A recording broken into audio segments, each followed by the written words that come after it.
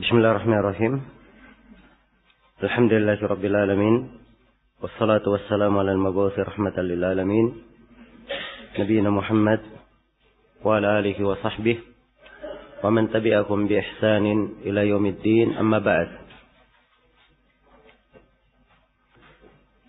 Ini majelis yang ke-13 dari pembahasan kita mengkaji kitab Umdatul Fiqh karya Al-Imam Ibnu Qudamah Al-Maqdisi rahimahullahu ta'ala. Kita masih dalam pembahasan bab salat Jumat. Baik, di poin pembahasan yang ke-7, halaman 42. Syarat keabsahan salat Jumat. Penulis menyebutkan beberapa syarat untuk keabsahan salat Jumat. Ibnu Qudamah rahimahullah, wa min syarti sihhatiha fi'luha fi waqtiha. Dari syarat kesahihan, keabsahan salat Jumat, yang pertama fi'luha fi waqtiha. Mengerjakan salat Jumat tersebut pada waktunya. Dan waktu salat Jumat itu sama dengan waktu zuhur. Dimulai dari tergelincirnya matahari dan berakhir ketika bayangan sesuatu sama dengan tingginya. Dan Nabi Shallallahu Alaihi Wasallam melakukan Jumat tersebut pada waktu itu.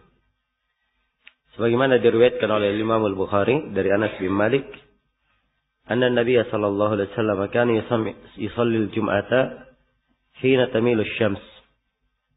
Iya. Adalah Rasulullah Sallallahu Alaihi Wasallam, Nabi Sallallahu Alaihi Wasallam, beliau melakukan salat Jumat tatkala matahari tergelincir. Dan menyatakan bahwa waktu Jumat adalah waktu duhur, sama dengan waktu duhur. Ini adalah pendapat jumhurul ulama, kebanyakan ulama.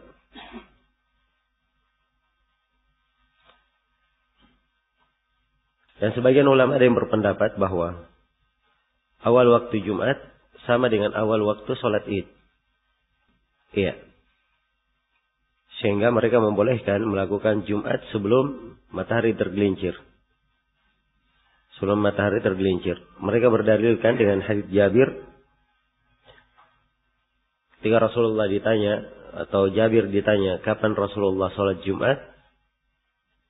Beliau menjawab, kana yusalli, thumma nadhabu ila jimalina, fanurihuha, hina tazulu syams. Beliau sholat Jumat, kemudian kami pergi ke unta-unta kami, yang memberikan istirahat untuknya, ketika matahari tergelincir. Yang zahir dari jawaban Jabir di sini, Jumat sebelumnya, sebab mereka selesai ketika matahari tergelincir. Baik. Dan mereka juga mengatakan bahwa syah dari sebagian sahabat, mereka salat Jumat sebelum az-zawal dan tidak diingkari terhadap mereka. Nah, ala kulli hal bahwa ini pembahasan agak panjang, dan dalil-dalil yang dipakai bagi mereka yang membolehkan sebelum az-zawal Jumat, ada kemungkinan padanya. Karena itulah yang dikuatkan oleh Syekh bin Baz rahimahullah adalah pendapat jumhur, seperti yang disebut oleh Ibnu Qudamah, atau yang disebut oleh kebanyakan ulama, bahwa waktunya adalah pada waktu duhur, yaitu setelah matahari tergelincir. Kemudian syarat yang kedua, dilaksanakan di suatu negeri. Kata Ibnu Qudamah, fi qaryatin, di sebuah qaryah. Syarat yang kedua. Iya.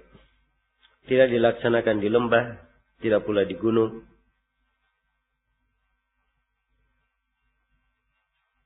Tapi harus di sebuah qaryah, tempat manusia bermukim. Iya. Tempat manusia bermukim. Dalil tentang hal ini karena Nabi Shallallahu Alaihi Wasallam tidak memerintah kabilah-kabilah yang mereka tinggal di rumah-rumah dari rambut, di kemah-kemah di sekitar Madinah. Nabi tidak memerintah mereka untuk menghadiri salat Jumat, menegakkan salat Jumat.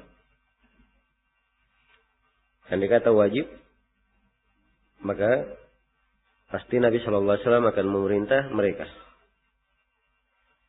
Baik, ini syarat yang kedua. Jadi harus dilaksanakan di suatu negeri. Syarat yang ketiga, dihadiri oleh sejumlah jemaah yang cukup. Ya, berapa jumlah jemaah yang cukup? Ibnu Qudamah menerangkannya. Kata beliau, wa ayyahduraha minal mustawtinina biha arba'una min ahli wujubiha. Dihadiri oleh al-mustawtinin, oleh orang-orang yang bermukim, ya, di tempat itu dihadiri oleh 40 orang dari ahli wujub, orang yang wajib. Keluar dari ahli wujub apa yang sudah berlalu di pembahasan kelima tentang orang-orang yang mendapat udzur tidak hadir Jumat, ya. Baik. Jadi di sini penulis mensyaratkan jumlah 40 orang. Mensyaratkan jumlah 40 orang. Ya, dan ini pensyaratan salah satu pendapat di kalangan ulama. Dan ada pendapat yang lain bahwa Jumat itu boleh dihadiri kurang dari 40. Bahkan dihadiri oleh 3 orang, ada seorang imam dan 2 makmum, itu sudah cukup. Dan ini salah satu riwayat di kalangan orang-orang Hanafiyah. Dan pendapat ini yang dikuatkan oleh Syekhul Islam Ibnu Taimiyah. Dan kebanyakan ulama kita di masa ini memfatwakan ini. Seperti Syekh bin Baz, Syekh Ibnu Utsaimin, Syekh Muqbil, dan selainnya. Iya. Mereka memfatwakan tentang hal ini. Dan mereka berdalilkan tentang bolehnya kurang dari kurang dari 40 atau 3 orang. 3 orang adalah mereka berdalilkan dengan hadits dan diriwayatkan oleh Ahmad, Abu Daud dan Nasai. Dari hadits Abu Darda bahwa Nabi sallallahu alaihi wasallam bersabda, "Ma min thalathatin fi qaryatin wala badawin la tuqamu fihim as-salatu illa istahwada alaihim asy-syaitan." Tidak ada 3 orang berada di sebuah negeri atau berada di sebuah badu pedalaman kemudian tidak ditegakkan salat kecuali syaitan akan menyesatkan mereka. Nah, jadi ini dalil bahwa jumlah 3 sudah cukup. Dan di sini berlaku pada seluruh salat jemaah yang ditegakkan. Dan juga disebut Jumat karena mengumpulkan orang. Ya. Ada jumlah jama' yang hadir. Dan jama' itu paling sedikitnya 3 orang. Paling sedikitnya 3 orang. Karena itu yang benarnya bahwa Jumat syah kalau dihadiri 3 orang. Dan perlu diingatkan bahwa untuk pelaksanaan sholat Jumat akan diterangkan nanti oleh Ibnu Qudamah. Itu dilakukan di tempat yang diizinkan. Iya. Oleh pemerintah untuk ditegakkan Jumat. Jadi asalnya kalau sudah diizinkan untuk melakukan Jumat di situ oleh pemerintah, dan yang hadir kurang dari 40, maka sholat Jumatnya syah. Bukan arti dari pembahasan boleh sholat Jumat 3 orang. Ya, ada 3 orang yang dia tidak suka hadir di masjid, kemudian dia bikin sholat Jumat sendiri di musholla. Ya, bukan itu maknanya. Karena Jumat didirikan dengan izin siapa? Pemerintah. Dan ini akan datang pembahasannya. Baik, kemudian syarat berikutnya didahului dengan 2 khutbah. Kata Ibnu Qudamah, wa ayyataqaddamaha khutbatan. Hendaknya didahului dengan 2 khutbah. Ini syarat yang keempat ya. Iya. Didahului dengan 2 khutbah. Dan ini dijelaskan dalam banyak dalil. Iya. Hadits-hadits Rasulullah yang menjelaskan tentang 2 khutbah sangat banyak sekali. Nah. Dan di dalam Al-Quran dikatakan, ya ayyuhalladzina amanu idza nudiya lis-salati min yaumil jum'ah fas'au ila dzikrillah. Wahai orang-orang yang beriman, kalau dipanggil untuk pelaksanaan hari Jumat, bersegeralah menuju kepada dzikir. Untuk berzikir kepada Allah. Dzikir di sini ya tercakup di dalamnya khutbah. Karena itu sebagian dari as-salaf, sebagaimana dalam Al-Musannaf dan selainnya, di hari Jumat tatkala sebagian di masa pemerintahan begitu naik ke atas mimbar yang dibacakan hanya keputusan-keputusan umum di negeri, tidak ada nasihat dan semisal dengan itu, maka sebagian dari as-salaf memfatwakan dia berzikir di masjid. Dia memperbanyak zikir pada dirinya. Karena memang menghadiri Jumat untuk apa? Berzikir, mengingat Allah. Dan khutbah bagian daripada itu. Nah. Kemudian kata Ibnu Qudamah rahimahullah, wa fi kulli khutbatin hamdulillahi ta'ala. Ya, jadi beliau terangkan di sini harus didahului dengan 2 khutbah. Harus didahului dengan 2 khutbah. Sebab ini yang dilakukan oleh Nabi dan ini pula yang dilakukan oleh para sahabatnya. Menunjukkan mestinya ada 2 khutbah di sini. Setelah menyinggung 2 khutbah, Ibnu Qudamah masuk menjelaskan tentang syarat-syarat khutbah. Beliau menerangkan bahwa khutbah itu hendaknya dimulai dengan hamdalah. Sebagaimana dalam hadits Jabir, riwayat Muslim, kanat khutbatun Nabi yaumal Jum'ah yahmadullah wa yusni alaihi. Adalah khutbah Nabi sallallahu alaihi wasallam pada hari Jumat adalah memuji Allah dan menyanjungnya. Jadi ada penyebutan hamd. Iya. Dan zahirnya di sini Ibnu Qudamah mensyaratkan harus ada hamd dalam khutbah. Karena ini di posisi keabsahan ya beliau terangkan. Ya. Dan yang benarnya bahwa memuji Allah pada khutbah tidak dikatakan wajib, juga tidak dikatakan syarat. Karena ini berasal dari perbuatan Nabi. Dan hal tersebut hanya menunjukkan sunnahnya. Iya. Hanya menunjukkan sunnahnya. Karena itu yang benarnya bahwa memuji Allah, membaca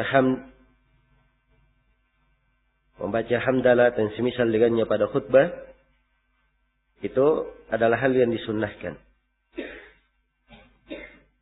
Nah, dan di khutbah dia boleh membaca yang warid, innal hamdalillah nahmaduhu wa nasta'inuhu wa nastaghfiruh dan seterusnya. Dan boleh juga dia baca khutbah hajat yang lainnya yang menggambarkan pujian kepada Allah. Sesuai dengan apa yang mencocoki khutbahnya. Sesuai dengan apa yang mencocoki khutbahnya. Kemudian kata Ibnu Qudamah, berikutnya pembacaan salawat pada khutbah. Kata beliau, wassalatu ala Rasulillah sallallahu alaihi wasallam.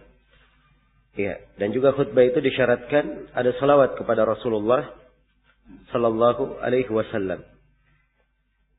Nah, ini yang ditegaskan di sini oleh Ibnu Qudamah Dan yang benarnya bahwa salawat tidak disyaratkan. Tapi dia adalah hal yang disunnahkan. Dari kesempurnaan khutbah. Karena Allah subhanahu wa ta'ala memerintah untuk berselawat kepada Nabi sallallahu alaihi wasallam. Inna Allah wa malaikatahu yusalluna 'alan nabi ya ayyuhalladzina amanu sallu alaihi wa sallimu taslima. Iya. Maka yang lebih tepatnya bahwa selawat tidak disyaratkan pada khutbah. Iya. Hanya saja dari kesempurnaan pada khutbah. Dari hal yang disunnahkan. Berikutnya dari ketentuan khutbah juga tentang pembacaan suatu ayat Al-Quran pada khutbah. Ibnu Qudamah juga di sini mengharuskan. Kata beliau, wa qira'atu ayat. Harus dia baca satu ayat. Harus dia baca apa? Satu ayat. Dan mereka berdalilkan dengan hadits Jabir bin Samurah riwayat Muslim, kana lin Nabi sallallahu alaihi wasallam khutbatani yajlisu bainahuma yaqra'ul Qur'an wa yudzakkirun nas. Adalah Nabi sallallahu alaihi wasallam memiliki dua khutbah, beliau duduk antara keduanya. Penjelasannya bahwa dua khutbah ini duduk antara apa? Keduanya. Ada duduk antara dua khutbah. Yaqra'ul Quran, beliau baca Al-Quran dan beliau mengingatkan manusia. Nah, hadits Jabir ini tentang membaca Al-Quran, ya, datang dari bentuk perbuatan ya, bahwa ada bacaan Al-Quran. Dan ini tidak mesti menunjukkan kewajiban. Tidak mesti menunjukkan kewajiban. Ya. Apalagi sebagian al-khutabah mengkhususkan kalau di akhir khutbah yang pertama dibaca ayat kemudian ditutup. Dibaca satu ayat kemudian ditutup. Dan ini juga tidak mesti. Yang jelas khutbah adalah untuk mengingatkan dan dibacakan ayat di dalamnya. Ya, adalah hal yang disyariatkan. Tapi mengatakan dia adalah syarat atau hal yang diwajibkan pada khutbah. Ini tidak ya, tidak sampai ke sana. Berikutnya tentang kewajiban mau'idhah pada materi khutbah. Kata Ibnu Qudamah, wal mau'idhatu. Jadi harus ada nasihat pada khutbah. Iya. Dan sudah berlalu pada hadits Jabir bin Samurah disebutkan wa yudakkirun nas, Nabi mengingatkan manusia. Mengingatkan manusia. Dan ini sejalan dengan konteks ayat fas'au ila dzikrillah, bersegeralah untuk mengingat Allah. Iya. Dan memang tampak sekali dari maksud pensyariatan khutbah adalah untuk mengingatkan orang-orang yang hadir. Nah, ini yang disebut dengan mau'izah. Hanya saja di dalam nasihat, tidak harus khutbah itu dengan bahasa Arab. Iya. Sebagaimana yang disangka oleh sebagian orang. Bahkan khutbah boleh dengan bahasa apa? Bahasa kaum itu sendiri. Karena dalam Al-Quran Allah berfirman, وَمَا أَرْسَلْنَا مِنْ رَسُولٍ إِلَّا بِلِسَانِ قَوْمِهِ لِيُبَيِّنَ لَهُمْ. Tidaklah kami mengutus seorang Rasul pun, kecuali dengan lisan kaumnya. Untuk menjelaskan kepada mereka. Iya. Dan karena maksud dari khutbah mengingatkan, maka paling dekatnya dikatakan seorang mengingatkan sesuai dengan bahasa yang dipahami oleh orang-orang. Iya. Baik. Maka pada setiap tempat yang tidak berbahasa Arab, dia boleh berkhutbah dengan bahasa mereka sendiri.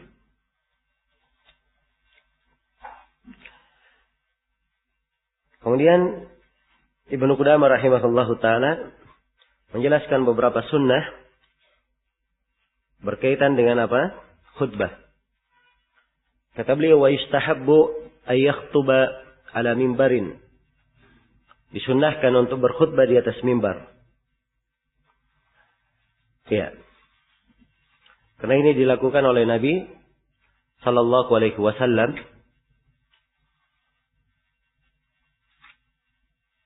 Beliau berkhutbah di atas mimbar sebagaimana dalam hadits riwayat Bukhari dan Muslim, dan di sebagian riwayat di Al-Musnad diterangkan bagaimana bentuk mimbar Nabi sallallahu alaihi wasallam, atau diterangkan mimbarnya bahwa dibuatkan untuk beliau mimbar dari gulam najjar dengan 3 anak tangga. Beliau berdiri di tangga yang kedua, duduk di tangga yang ketiga. Iya. Dan ini adalah hal yang dimaklumi, berdiri di atas mimbar. Dan tentunya ini akan lebih memperdengarkan orang yang berada di belakang. Nah, kemudian berikutnya, ya berkhutbah dengan menghadap ke arah manusia seraya memberi salam. Kata Ibnu Qudamah, "Faida sa'adah," apabila dia naik, "aqbala 'alan nas fasallama 'alaihim." Dia menghadap kepada manusia kemudian salam. Maksudnya begitu dia naik, dia salam dahulu, kemudian duduk. Iya. Kemudian duduk. Dan ini salam umum ya, yang dibaca oleh khatib di atas mimbar. Dan tidak ada masalah khatib kalau dia berlalu melewati sebagian shaf misalnya, diberi salam kepada sebagian orang, tidak ada masalah. Hanya saja kalau dia naik di atas mimbar, dia memberi salam kepada semua orang. Ini ada dalam riwayat-riwayat yang mursal. Ya, hanya saja Syekh bin Baz mengatakan boleh dikuatkan dari seluruh jalan-jalannya. Dan ini yang dilakukan dari masa dahulu hingga hari ini. Dan tidak ada silam pendapat tentang hal tersebut. Iya. Kemudian dikatakan thumma yajlis ila faragil adhan. Kemudian dia duduk setelah khatib memberi salam, dia duduk. Ya, dan ingat ya, yang dia ucapkan hanya memberi apa? Memberi salam. Assalamualaikum warahmatullahi wabarakatuh. Dia duduk. Ya, dia tidak perdengarkan membaca bismillah, bismillahirrahmanirrahim, assalamualaikum warahmatullahi wabarakatuh, dan semisal dengan itu. Dia hanya membaca salam saja. Kemudian dia duduk sampai selesai adzan. Nah, ini menunjukkan bahwa adzan pada hari Jumat adalah setelah khatib duduk di atas mimbar. Nah, berdasarkan hadits riwayat Al-Bukhari dari As-Sa'ib bin Yazid, kana nida'u yawmal jum'ah idza jalasa al-imamu ala nahdin nabi wa Abi Bakrin wa Umar. Falamma kana al-Uthman wa kathara an-nas zada al-thalith ala az-zawra. Ya. Kata Sa'ib bahwa adzan pada hari Jumat itu ketika imam duduk di masa Nabi, di masa Abu Bakar, di masa Umar. Begitu di masa Utsman dan manusia sudah banyak, beliau pun menambah yang ketiga. Ya. Jadi ini disebut adzan kedua ya, ada adzan pertama sebelum Jumat. Nah, ini letak silam pendapat di kalangan para ulama kita. Sebagian ulama menganggap itu sunnah karena dianggap berasal dari Utsman bin Affan dan beliau dari Khulafaur Rasyidin. Dan sebagian yang lainnya menganggap itu bid'ah karena telah datang dari Ibnu Umar dan selainnya menganggap itu bid'ah. Iya. Baik. Yang jelas tentunya yang lebih rajih bahwa di hari Jumat hanya satu kali adzan saja. Itu yang lebih mendekati tuntunan Nabi sallallahu alaihi wasallam. Iya. Apalagi dari maksud apa yang dilakukan oleh Utsman sekarang sudah bisa terwakili dengan fasilitas dan apa yang sudah dimaklumi di kalangan manusia tentang hari Jumat. Nah, baik. Jadi imam duduk sampai selesai adzannya. Dan perhatikan di sini Ibnu Qudamah ketika menjelaskan bagaimana khutbah imam naik ke mimbar, tidak ada embel-embel yang lain. Tidak ada penyerahan tongkat, tidak ada pembacaan selawat. Ya, seperti yang dilihat di sebagian tempat. Nah, kemudian kata beliau, pembahasan berikutnya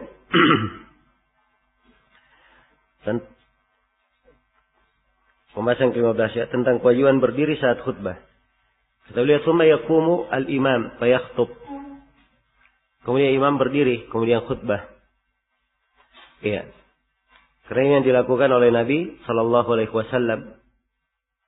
Beliau khutbah dalam keadaan berdiri. Tsumma yajlis, kemudian beliau duduk, yaitu duduk antara dua khutbah. Ya. Tsumma yakhtubu al-khutbah tsaniyah, kemudian beliau khutbah lagi, khutbah yang kedua. Dan ini diterangkan di dalam beberapa hadits, sudah berlalu, tadi saya sebutkan sebagian haditsnya. Dan juga di antara hadits tersebut adalah hadits Ibnu Umar, kana Nabi sallallahu alaihi wasallam yakhutubu qa'iman, thumma yaqudu, thumma yaqum, kama yaf'aluna al-an. Adalah Nabi sallallahu alaihi wasallam khutbah berdiri, kemudian duduk, kemudian berdiri. Iya. Dan asalnya khutbah yang pertama ada sama dengan khutbah yang kedua. Dari sisi isi dan materi, berisi di dalamnya mau'izah dan tadzkir. Dan ini menyelisihi apa yang kadang kita lihat, atau kebanyakan yang kita lihat sekarang ini. Di khutbah yang kedua tidak ada lagi materi penyampaian. Yang ada cuma apa? Ya, doa-doa, selawat, dan semisal dengan itu. Nah, baik. Dikatakan khutbah karena ada di dalamnya khitab, pembicaraan. Iya. Ada di dalamnya pembicaraan. Dan ini yang dilakukan oleh yang zahir nampak dari perbuatan Nabi sallallahu alaihi wasallam dan para sahabatnya. Iya. Kata beliau, "Tsumma tuqamus shalah", kemudian ditegakkan salat. Nah, ini selesai sudah ya penjelasan tentang khutbah. Dan di sini ringkas sekali ya. Dan ketentuan khutbah menurut Ibnu Qudamah itu pun kebanyakannya dari ketentuan yang beliau sebutkan tidak mesti. Iya. Dan madhab Hambaliyah termasuk yang ketat di dalam pensyaratan khutbah. Ketat dalam artian tidak terlalu banyak syarat. Yang paling luasnya, yang paling banyak syaratnya di khutbah itu masyhur di madhab Syafi'iyah. Ya, karena itu kita di Indonesia terlalu banyak syarat. Ya. Kurang sedikit, batal khutbahnya. Nah, dan ini perlu saya ingatkan ya, agar supaya ya kita melihat kondisi. Baik kalau seorang berkhutbah di tengah masyarakat umum, ya di mazhab Syafi'iyah kadang salawat dianggap rukun khutbah. Tidak ada salawat, batal khutbah. Ya. Jelas ya? Sebagian orang lagi baca doa di khutbah kedua, dianggap keabsahan khutbah. Tidak ada doa, batal khutbahnya. Iya. Ada lagi yang menambah. Harus membaca innallaha wa malaikatahu yusholluna 'alan nabi, innallaha ya'muru bil 'adli wal ihsan. Dan seterusnya. Nah, walaupun hal-hal yang seperti ini bukan sunnah dilakukan, hanya saja kalau dia berkhutbah di masyarakat yang keadaannya seperti ini, dia baca semuanya. Dia baca semuanya. Jelas ya? Dan para ulama kita, ya banyak dari mereka tidak mengharuskan syarat-syarat itu. Tapi di khutbah-khutbah mereka semuanya dibaca. Sebab itu yang tersebar dan sudah dikenal di keumuman masyarakat, kalau khutbah Jumat begitu bentuknya. Jelas ya? Oke, ini diperhatikan. Nah, Syekh bin Utsaimin punya pembicaraan yang bagus di Syarhul Mumti'. Ya, dan sebelumnya Syekh Abdurrahman bin Nasir As-Sa'di juga menguraikan bahwa ya, dalam hal-hal yang seperti ini, walaupun dia tahu itu bukan hal yang disunnahkan, tapi sudah tersebar di tengah manusia, maka tidak ada masalah dia tetap mengikutinya. Kalau dia ingin melakukan perubahan, dia mengajari manusia sedikit demi sedikit. Sehingga kalau di jemaah masjidnya sudah terbiasa, akan menjadi apa? Hal yang bagus. Iya. Karena itu kebanyakan dari guru-guru kita yang berkhutbah di umum, ya lengkap semuanya khutbahnya. Tapi kalau di masjid pribadi, ya kita mendengarkan dari sebagian guru, sebagian syekh, mereka khutbahnya ringkas, tidak ada doa. Khutbah kedua dilanjutkan dengan pembicaraan. Setelah itu, subhanakallahu wa bihamdik, turun. Ya. Selesai dari khutbah. Baik. Maka ini dilihat kondisi dan keadaannya. Selesai ya tentang khutbah kedua. Setelah itu Ibnu Qudamah jelaskan tentang sholat Jumatnya setelah khutbah. Kata beliau, "Tsumma tuqamus shalah." Kemudian ditegakkan salat, dilakukan iqamah. Iya. Jadi qomat, muadzin berbicara dengan qomat nanti setelah selesai khutbah. Si khatib turun. Iya. Karena itu khatib apabila dia selesai khutbahnya, dia segera turun dari mimbar. Karena ada dalam sebagian riwayat bahwa orang yang hadir Jumat, dia bagusnya berdiri setelah khatib turun. Setelah khatib turun dari apa? Dari mimbar. Jadi lakukan iqamah setelah itu. Nah, dan ini menjelaskan kekeliruan sebagian orang ya, antara dua khutbah. Ya. Muadzinnya ada bacaan macam-macam. Ya. Dan itu semuanya dari hal yang tidak disyariatkan. Tsumma taqamus shalah, kemudian salat ditegakkan, fayanzil, lalu turun. Fa yusalli bihim raka'ataini, lalu ia salat 2 rakaat. Nah, ini penjelasan 2 rakaat salat Jumat. Karena salat Jumat itu cuma berapa? 2 rakaat. Ya. Haruskah khatib yang menjadi imam? Ya, zahir dari penjelasan Ibnu Qudamah di sini, fa yusalli bihim raka'ataini. Kembali kepada si khatib ya. Khatib salat mengimami 2 rakaat. Ya, karena memang Nabi SAW beliau yang khatib, beliau pula yang imam salat. Demikian pula al-khulafa ar-rasyidin. Dan ini dijelaskan oleh Ibnu Qudamah di kitabnya Al-Mughni. Hanya saja kalau berkata haruskah, jawabannya tidak harus. Iya. Karena mungkin saja di suatu masjid, keimaman salat, tanggung jawabnya kepada selain khatib. Seperti kita di Indonesia ini umumnya. Iya. Imam salat beda dengan khatibnya. Khatibnya berbeda-beda, berganti-ganti. Ya, tapi di negeri-negeri seperti di Saudi misalnya dan di sekitarnya, ya mereka di satu masjid imam dan khatibnya satu saja. Imam dan khatibnya cuma satu. Dan ini lebih tepat, lebih mendekati sunnah. Iya. Lebih mendekati sunnah.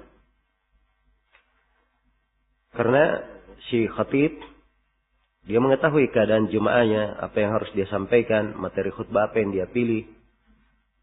Ya, dan Nabi Shallallahu Alaihi Wasallam hanya beliau yang khutbah. Demikian pula khulafa ar-rasyidun. Padahal banyak orang-orang yang berilmu.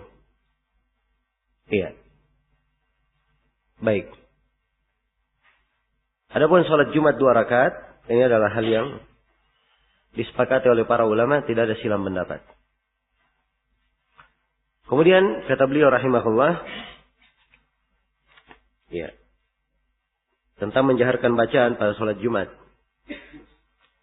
Kata beliau, ya jaharu fihi bil qiraah. Dia jaharkan dengan al-qiraah, dengan membaca. Ya, dan ini adalah hal yang disepakati di kalangan ulama. Dan telah syah dari Nabi Shallallahu Alaihi Wasallam dalam hadits Abu Hurairah riwayat Muslim, di hari Jumat Nabi membaca surah Al-Jum'ah dan surah Al-Munafikun.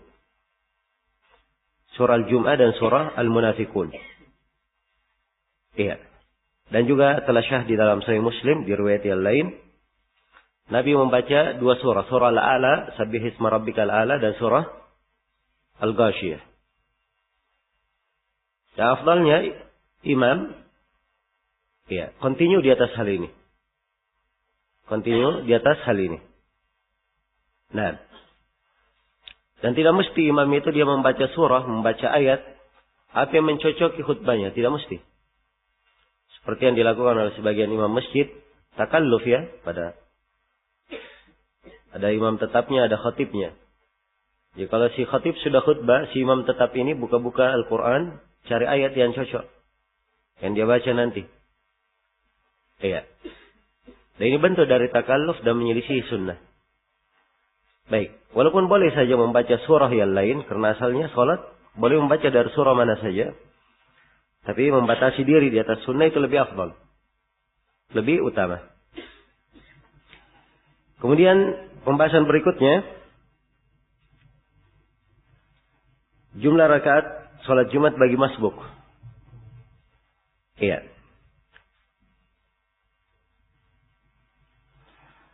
Baik. Kata Ibnu Qudamah rahimahullah, "Faman adraka ma'ahu minha raka'ah atammaha jum'ah." Siapa yang mendapati dari Jumat itu 1 rakaat, hendaknya disempurnakan sebagai salat Jumat.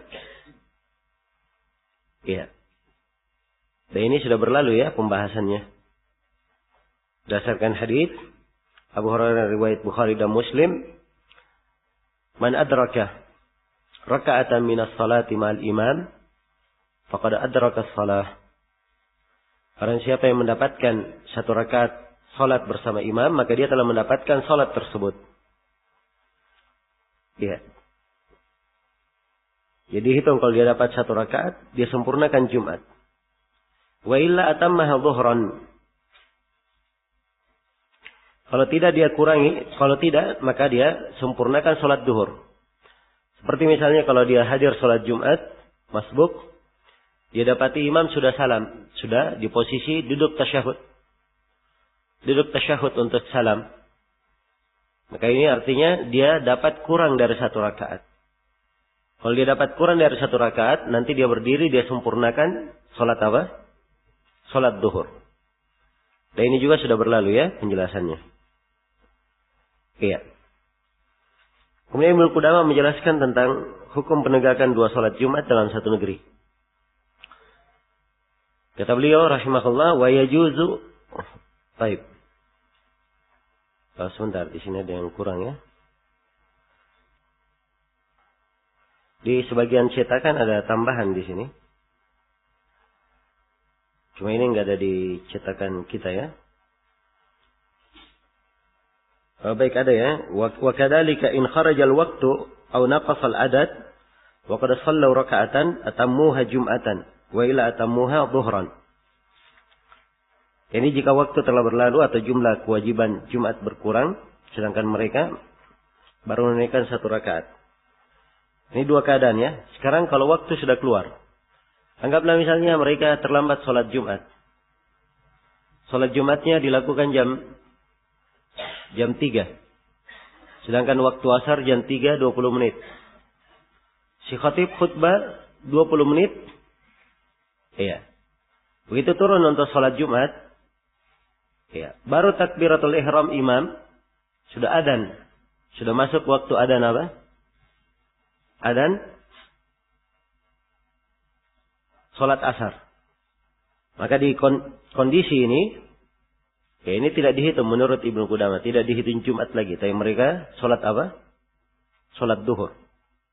Tapi kalau sudah lewat 1 rakaat, kemudian masuk waktu asar, maka sisa ditambah 1 rakaat menjadi sholat apa?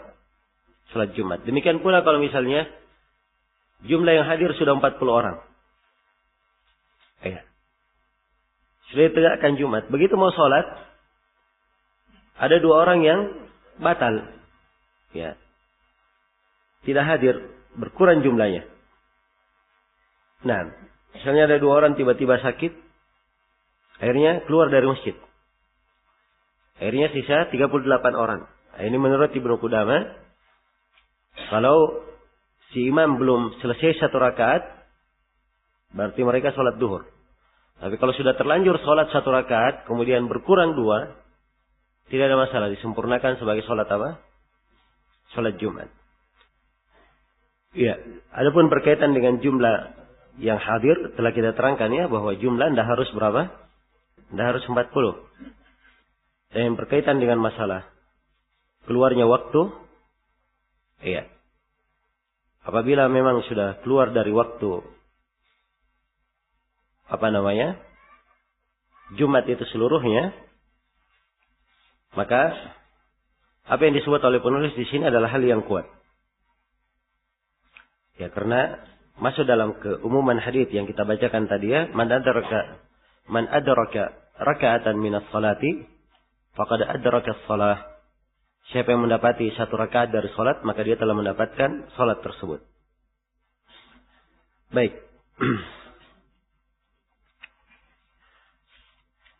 Kemudian pembahasan berikutnya hukum penegakan 2 salat Jumat dalam satu negeri. Kata Ibnu Qudamah, wala yajuzu ay yusalli fil Misri aktsaru min jum'ah illa an tad'u al hajatu ila aktsara minha. Kata Ibnu Qudamah, dan tidak boleh dilakukan salat Jumat lebih dari satu Jumat di satu negeri. Kecuali kalau ada hajat, ada keperluan. Iya. Untuk lebih daripada itu. Dan dikatakan tidak boleh. Kenapa? Sebab itu yang dilakukan oleh Nabi dan para sahabatnya. Nabi SAW banyak masjid ya di Madinah. Di kampung-kampung Al-Ansar ada masjidnya masing-masing. Tapi salat Jumat hanya satu tempat saja. Mereka salat di masjid Nabi SAW. Demikian pula para khulafa ar-rasyidin setelahnya. Nah, dan ini menunjukkan bahwa penegakan Jumat ini bukan inisiatif setiap orang. Tapi ini wewenang pemerintah yang melihat, yang memandang. Iya.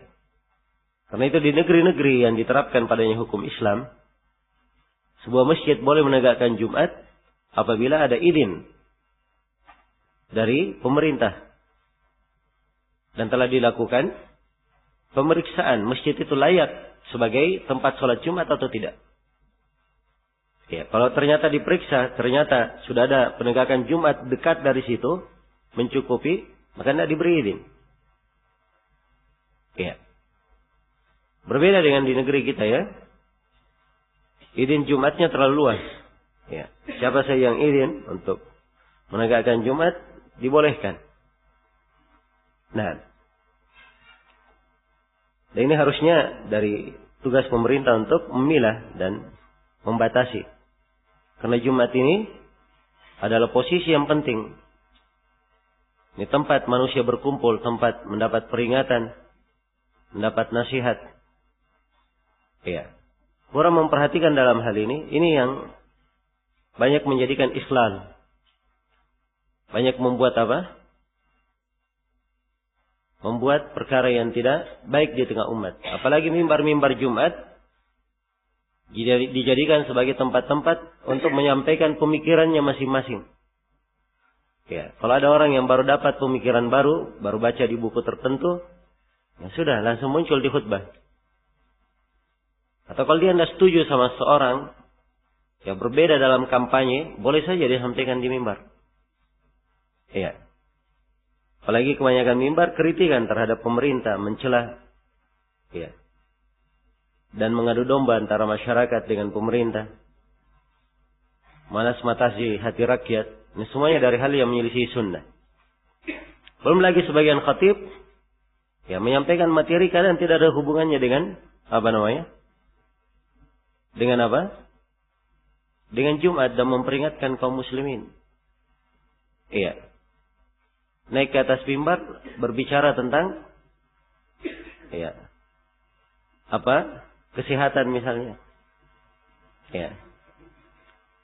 Atau berbicara tentang ilmu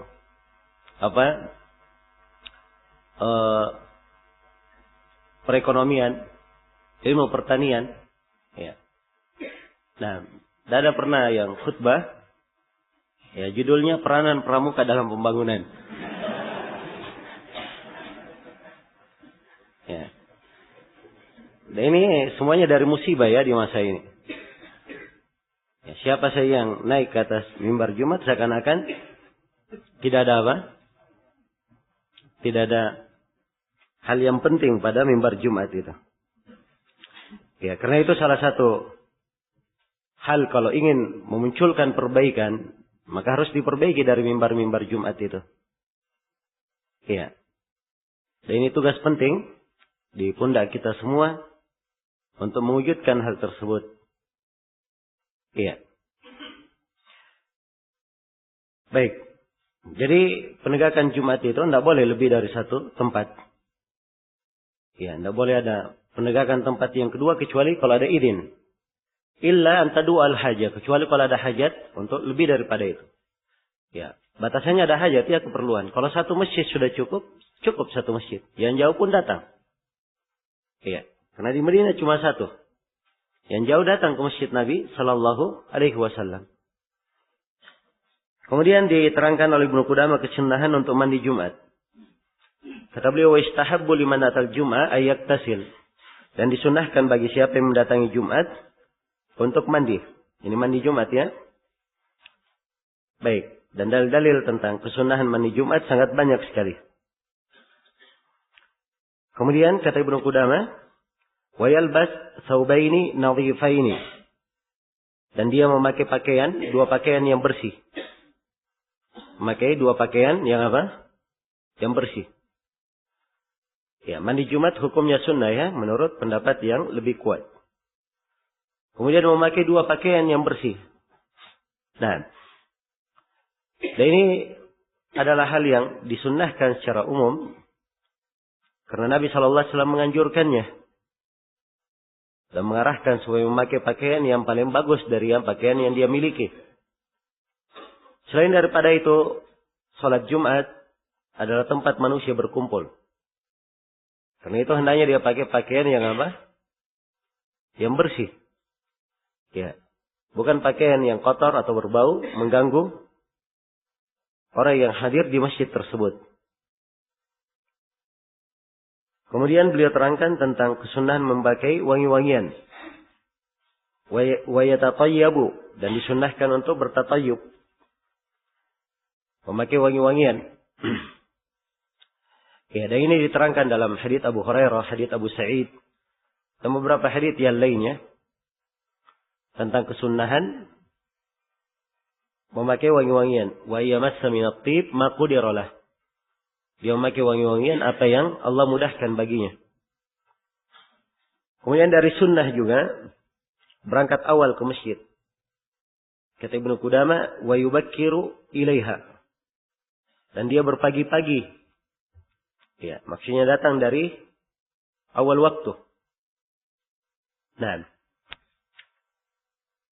Wa yubakkira ya, berarti yatatayyaba wa yalbasa. Nah. Berpagi-pagi. Dan ini disebut keutamaan ya. Di dalam hadits Abu Hurairah, dalam as-sahihain dan selainnya. Nabi bersabda, man iktasala yaumal jum'ah guslal janabah. Siapa yang mandi pada hari Jumat, mandi janabah. Mandi janabah di sini ada dua penafsiran. Penafsiran yang pertama, dia mandi seperti mandi junub. Ya. Maka diambil pemahaman bahwa kaifiat mandi Jumat sama dengan kaifiat mandi apa? Mandi junub. Ada penafsiran yang kedua mengatakan bahwa siapa yang mandi pada hari Jumat, mandi junub, yaitu dia junub benaran. Ya. Dan ini disunnahkan bagi seorang yang telah beristri. Ya. Karena itu di riwayat yang lain dikatakan, man iktasala yaumal jum'ah wa ghassal. Siapa yang mandi pada hari Jumat dan dia membuat orang lain mandi. Ya. Maksudnya membuat orang lain mandi, maksudnya dia melakukan hubungan dengan istrinya sehingga menjadi sebab mandi. Ya. Dengan sendirinya dia akan mandi janabah. Ya, karena itulah para ulama mengatakan boleh seseorang itu melakukan mandi satu kali dengan dua niat. Niat mandi Jumat dan mandi apa? Mandi janabah. Thumma raha, kemudian dia pergi ke masjid. Faka'annama qarraba badanah. Ya, jadi kalau dia pergi di saat yang pertama seakan-akan dia telah bertakarrub dengan menyembelih seekor unta. Wa man raha fi sa'ati tsaniyah faka'annama qarraba baqarah. Siapa yang pergi di saat yang kedua, seakan-akan dia taqarrub menyembelih apa? Menyembelih sapi. Wa man raha fi sa'ati tsalitsah faka'annama qarraba kabshan aqran. Siapa yang pergi di saat yang kedua, seakan-akan dia telah menyembelih kambing yang bertanduk. Wa man raha fi sa'ati rabi'ah. Siapa yang pergi di saat yang keempat, faka'annama qarraba dajajah. Ya. Siapa yang pergi di saat yang keempat, seakan-akan dia taqarrub dengan apa? Dengan ayam. Wa man raha fi sa'atil khamisah, faka'annama qarraba baydah. Dan siapa yang pergi di saat yang kelima, seakan-akan dia taqarrub dengan telur. Ya. Jadi makin terlambat, makin apa? Makin sedikit. Ya, pahala yang dia dapatkan. Nah, dan kebanyakan orang sekarang ini hanya dapat telur ya.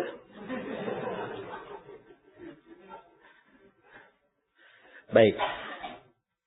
Untung kalau dia dapat telur. Ya, kalau dia datang pada saat khatib sudah mulai, nanti dekat sholat Jumat baru dia datang. Ya. Ini bukan lagi saat yang kelima. Tidak ada telur lagi baginya. Ya. Baik. Jadi disunahkan untuk mempersegera ya, menghadiri sholat Jumat. Kemudian dijelaskan di sini oleh Ibnu Qudamah tentang sholat tahiyatul masjid saat khatib sedang berkhutbah. Kata beliau, fa in jaa wal imamu yakhutubu lam yajlis hatta yusalli raka'ataini yujizu fihima. Apabila dia datang dan ternyata imam sedang berkhutbah, jangan dia duduk hingga dia sholat 2 rakaat. Dia peringkas dalam sholatnya. Iya, karena Nabi SAW menegur seorang yang masuk masjid kemudian langsung duduk. Maka saat Nabi SAW melihatnya, Nabi bertanya kepada orang itu, "As-sallait, apakah kamu sudah sholat?" Orang itu menjawab, "Belum." Qala qum fasalli raka'ataini. Maka Nabi bersabda, "Berdirilah. Salat kamu 2 rakaat." Dalam riwayat yang lain, di riwayat Muslim, tajawwaz fihima. Ya, peringkaslah dalam salatmu, lewati saja cepat. Dan ini masuk di dalam keumuman hadits Abu Qatadah, riwayat Bukhari dan Muslim. Idza dakhala ahadukumul masjid fala yajlis hatta yarka raka'ataini. Apabila salah seorang dari kalian masuk masjid, jangan dia duduk sampai dia sholat 2 rakaat. Baik. Kalau misalnya seorang masuk ke masjid dan muadzin sedang adzan, apakah dia tunggu adzan atau langsung sholat tahiyatul masjid? Iya. Jawabannya dia langsung sholat tahiyatul masjid. Sebab mendengarkan khutbah hukumnya apa? Hukumnya wajib, sebagaimana yang akan kita terangkan. Mendengarkan khutbah hukumnya wajib, sedangkan menjawab adzan hukumnya apa? Hukumnya sunnah. Ya, tidak boleh dia lakukan sunnah sehingga akan mengurangi apa? Kewajibannya. Karena itu kalau dia masuk sedang adzan, segera dia sholat. Ya. Kemudian pembahasan berikutnya, hukum tentang berbicara saat khatib berkhutbah. Iya. Dan juga penjelasan tentang menjawab pembicaraan khatib. Kata Ibnu Qudamah, wala yajuzul kalamu wal imamu yakhthub. Dan tidak boleh berbicara sedangkan imam berkhutbah. Ya. Dan ini telah ditegaskan oleh Nabi sallallahu alaihi wasallam, "Idza qulta li sahibik yaumal jum'ah ansit wal imamu yakhtubu faqad lagaut." Apabila engkau berkata kepada kawanmu pada hari Jumat, diamlah, sekadar berkata diam ya. Padahal khatib sedang berbicara. Maka engkau telah berbuat lagu. Iya. Maka ini menunjukkan bahwa tidak boleh berbicara. Sedangkan khatib sedang apa? Sedang berkhutbah. Adapun kalau khatibnya sedang diam, misalnya duduk antara 2 khutbah, khatib tidak berbicara. Kemudian si makmum, dia perlu berbicara kepada anaknya. Ayo kamu pindah ke sini. Atau dia berbicara kepada jemaah yang di depan. Tolong maju. Dirapatkan saf ke depan. Masih ada orang di belakang ingin masuk misalnya.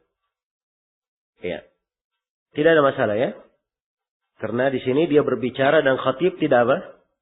Tidak berkhutbah. Yang dilarang kalau khatib sedang apa? Sedang berkhutbah. Baik.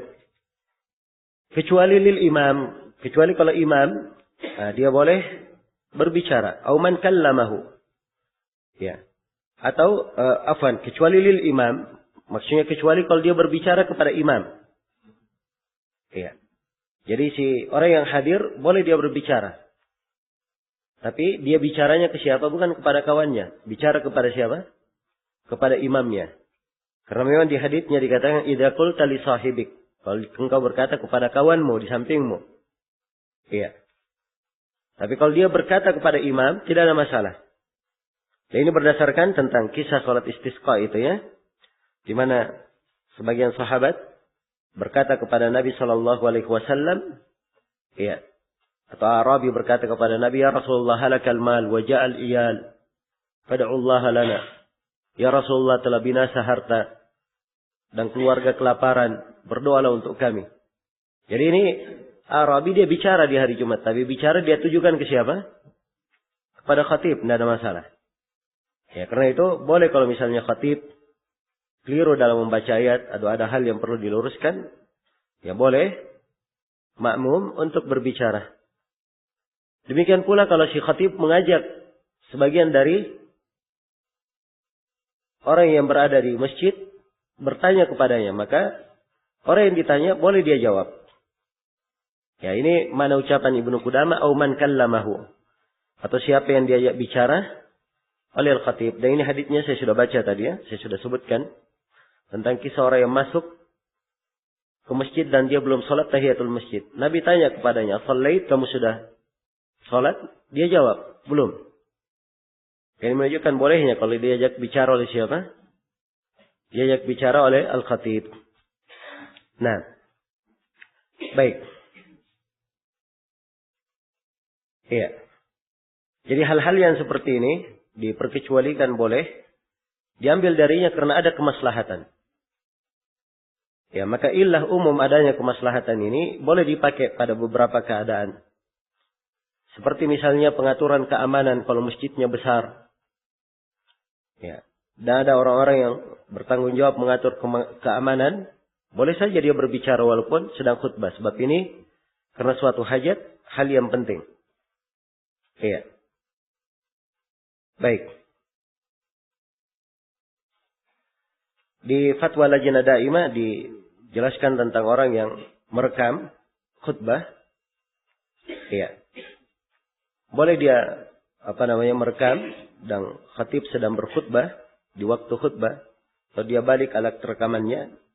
Kalau dia pakai kaset misalnya. Yang jelas tanpa ada pembicaraan dan tidak mengganggu orang. Nah.